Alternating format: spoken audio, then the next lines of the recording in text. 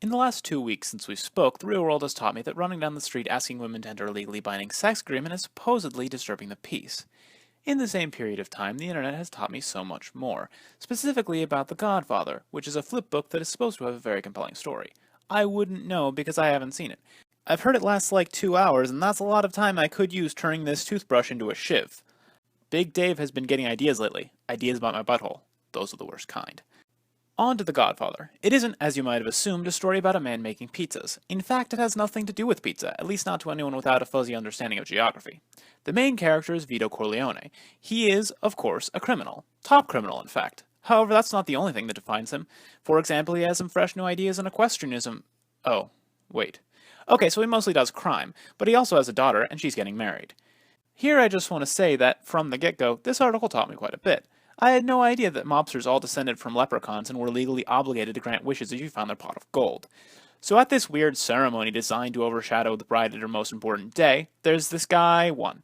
Guy 1 wants to be an actor. Vito waves his unregistered wand and poof, there you go. Honestly, I don't think this is important to the plot, but it sets up the scene that is now so synonymous with the series that they're planning on renaming it That One with the Horsehead in 2017. Then the real plot starts. Guy 2, drug baron for the illustrious 2 family, wants Vito's help selling drugs, which is a bit weird because he's already a drug baron. With a title like that, you'd think he'd know how to do the job. Anyway, Vito refuses because he thinks it's too risky. A bit of a strange qualm for someone whose approach to landing an acting gig is handing a guy a gun and pointing him at a producer's house. You know, it's just occurring to me. This whole thing would have been a lot shorter and easier if Guy 2 had the presence of mind to ask Vito to make the deal during his daughter's wedding, right? Then again, he'd probably just refuse for reasons listed above, which means that it's not so much that he's obligated to grant wishes as that he's happy and therefore easy to persuade. What I'm trying to get at here is, how drunk do you think I need to make a Mafia Don before he'll carry out some horse assassinations for me? Because I have a list. I just can't keep on topic. It's almost like I'm afraid to poke fun at something that's universally hailed as a classic. And also about the mob. Please don't kill me. Getting back into the plot, things start to get complicated. By that I mean there's a lot of characters whose names I didn't bother to learn, so get ready to do the counting thing. Vito doesn't trust Guy 2 to not do something about him refusing the drug deal, so he sends Guy 3 to spy on him. Then Guy 2 immediately discovers Guy 3 and has him dealt with. Then, in response, Guy 2 has Vito shot in the street. It's almost like sending a man who's well known for being your right hand to do super secret spy stuff was a bad idea.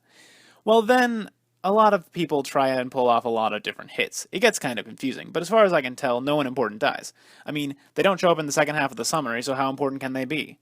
The end result of this flurry of death is that Vito is still alive and Guy 3's bulletproof vest is sent back to the family containing frozen fish. This is offensive to the mob because it implies that he's gone fishing, which is very insulting. At least I think that's what it means. Either way, I don't think that's the best way to tell someone their soldier's dead. How personalized was his vest? Anyway, so Vito's son Michael gets mad and murders Guy 2 and his boss, or friend, or mailman. Either way, his kill count gets up to 2 and he flees to hide out in Sicily. You know how the best place to hide from the mob is the place where they classically come from? Kind of like how the only place I can escape my crippling fear of pandas is the mountains of mainland China. It's just so peaceful there. On a serious note, this family is the worst in the world at seeking shelter. Their first choice in secret bases is their list of properties everyone knows they own. It's like if we were playing hide and seek and I found you giggling behind a door with your name painted on the front. Makes you wonder how they succeeded at this whole crime thing for so long. So Michael's in Sicily being bad at being secret and he meets a girl. Then he immediately marries her and then she explodes. After that, he moves back to New York and is instantaneously married to the girl he was dating in the first scene of the film. Almost like the whole Sicily thing didn't matter at all, really. Anyway, this time her special vagina bomb doesn't go off, so it seems that they're meant to be. Now that the cast has been cut down to a smaller yet somehow equally unmanageable horde, it's time to get climactic. Since pretty much every other important character is dead or dying, or has too many boobs to be a Don, Michael takes over the family business. Then Vito has a heart attack and dies. At his funeral, Capo 1 comes and tells Michael to meet some other Don later. Somehow this signals a betrayal that Vito predicted at some point. Then, in a dramatic finale, Michael has a bunch more people assassinated while he's giving his Godfather speech at his niece's christening, which is an interesting choice. I'm sure it made for a very impressive scene, but I can't help but wonder if it doesn't also make Michael a terrible godfather. I mean, what if something went wrong? He was the only surviving member of his family's leadership at that point in time. If someone screwed something up, then 10 guys with guns would need to run into the cathedral, interrupt the christening, and ask Michael what to do next. Not the best way to dedicate a young girl to Christ, is it?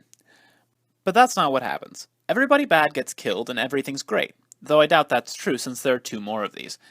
Then that's the end, I think, basically. I kind of wanted to make it a thing at the end of these that I talk about what we learned, but You know what I learned? This is all way too complicated to summarize properly. Too many characters are introduced, then immediately murdered, then more people are introduced. It's just too much. It's all giving me a headache. Crime doesn't pay, right? That's what these stories are supposed to teach us. Just pretend I said something about that. I'm gonna go see if I can brew aspirin in a prison toilet.